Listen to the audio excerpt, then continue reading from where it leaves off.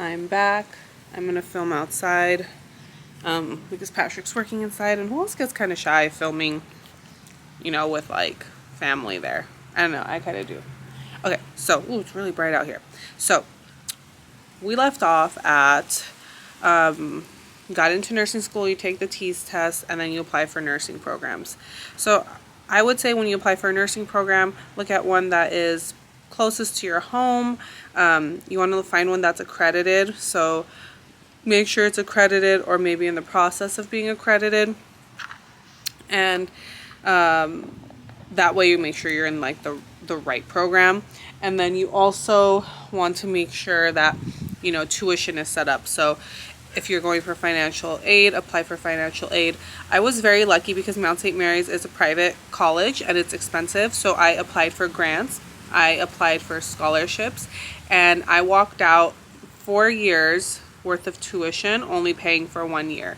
My amount of student loans was only the amount that it added up to what I would pay for 1 year of tuition, or a little less than that. Well, with books and everything, probably 1 year. So apply for scholarships, apply for grants, keep your grades up, because for me at the Mount, since it was a private school, there was a lot of funding and a lot of grants, and every year, as long as I kept my GPA a certain level, which was above a 3.7, I got renewed for those grants that I didn't have to pay back.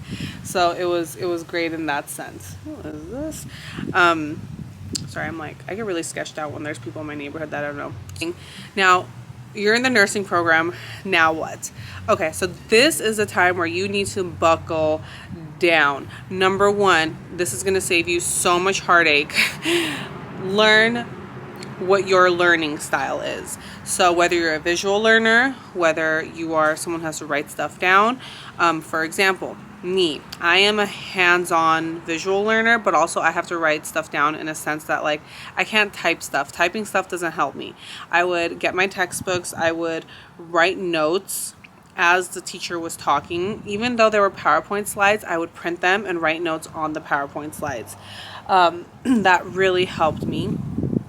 Also, I bought a lot of anatomy flashcards. I made flashcards, and then I bought a skull, and that's how I learned the skeletal system. Muscles were really hard, nerves were really hard, so that I just bought an anatomy poster, and then I would draw it out, I would write on it, I'd draw arrows, I'd practice on myself.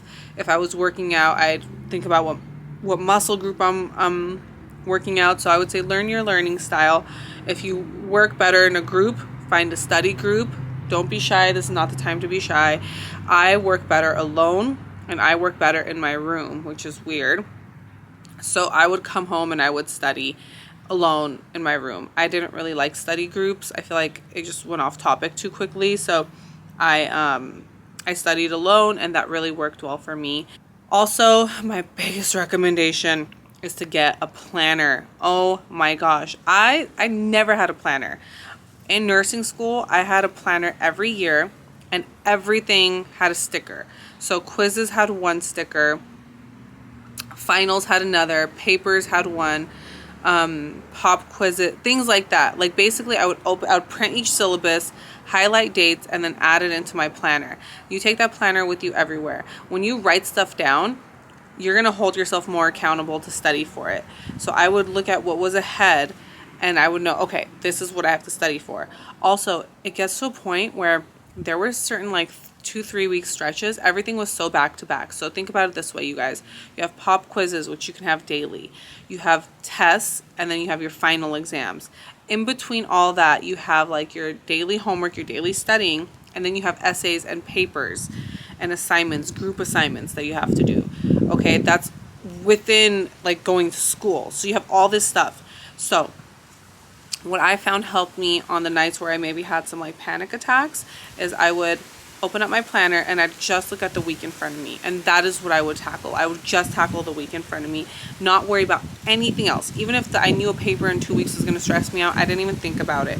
I tried my best to focus on the week in front of me, and that helps. Don't worry, don't stress. You can do it. Just Look at what's right in front, what you can control. Once that's tackled, then worry about the next week. And you got it. That's fine. So that's pretty much what nursing school is like. Once you get through nursing school, your senior year is going to be all about the Nclex. So the Nclex is the national licensing board, the test that you take in order to get your license to become a registered nurse. So when you graduate, let's say you graduate, you get your bachelor's of science in nursing. But in order to get your license to become a registered nurse, you have to take the Nclex and you have to pass the Nclex. Now, for me personally, I did not study for the Nclex at all until my senior year, because that's when it's crunch time. I'm going to give you guys the best advice I ever got for studying for the Nclex. Do not open up a textbook and just try to study anatomy and study that kind of stuff. I'm telling you right off the bat, the Nclex is not that. All you have to do is do hundreds, if not thousands, of questions. That is all I did for 3 months prior to my test. I literally just sat down and every day I did a few exams. The Nclex is so interesting because you could know anatomy so well and fail the Nclex. It's probably one of the hardest tests I have taken. So just knowing anatomy is not going to help you pass the Nclex at all.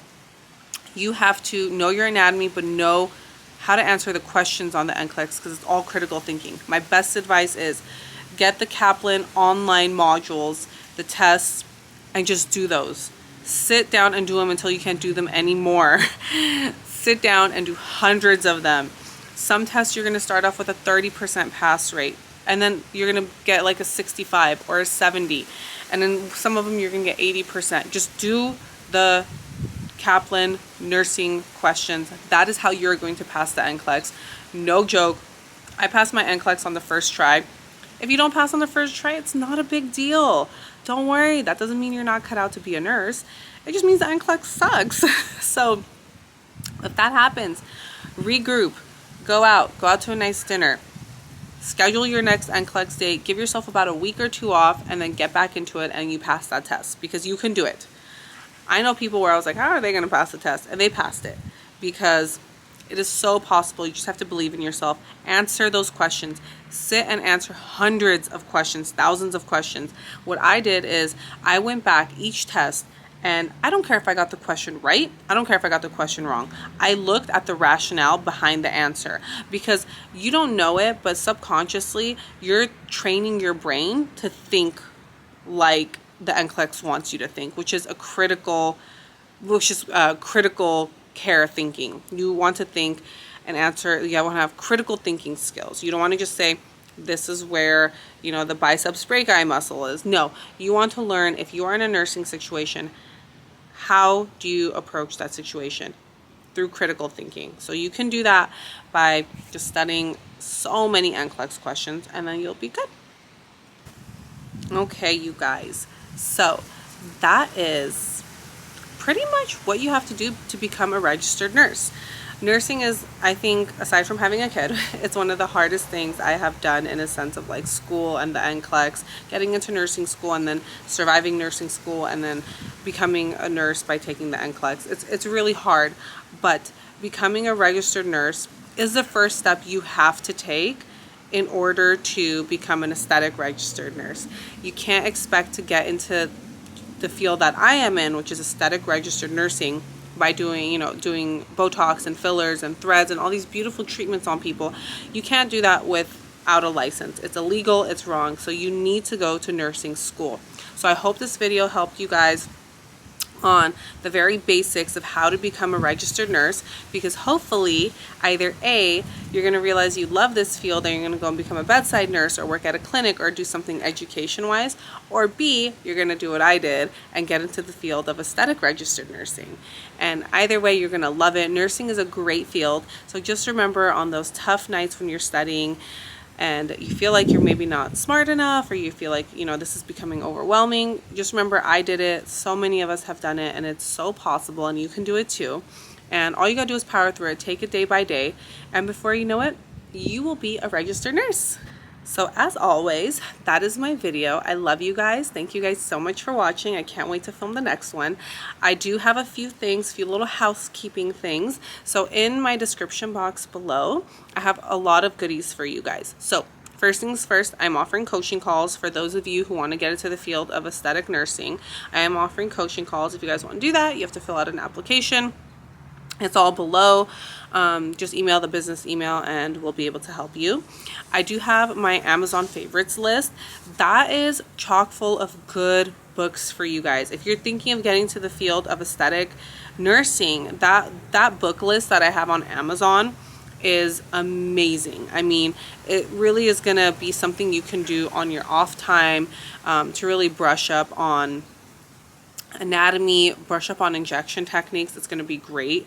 If you are looking into becoming an aesthetic registered nurse, I have an affiliate link for resume help. So if you're applying for jobs and maybe it's just not clicking, you guys need to spruce up your resume. I always say this, think of like all this stuff as an investment in yourself. You have to invest in yourself, because if you don't do it, who else is going to do it? So I have an affiliate link below with the Resume RX where you can have a weekend resume makeover and you guys can really spruce up that resume so you nail your job. Okay, so 3 of those things. Subscribe to my email list. I have something amazing coming up. I'm hoping to launch on my birthday, August 22nd. Subscribe to my email list. The link is below. That way you guys will be one of the first to know. I love you guys. Thank you guys so much for watching, and I will see you at my next video. Bye.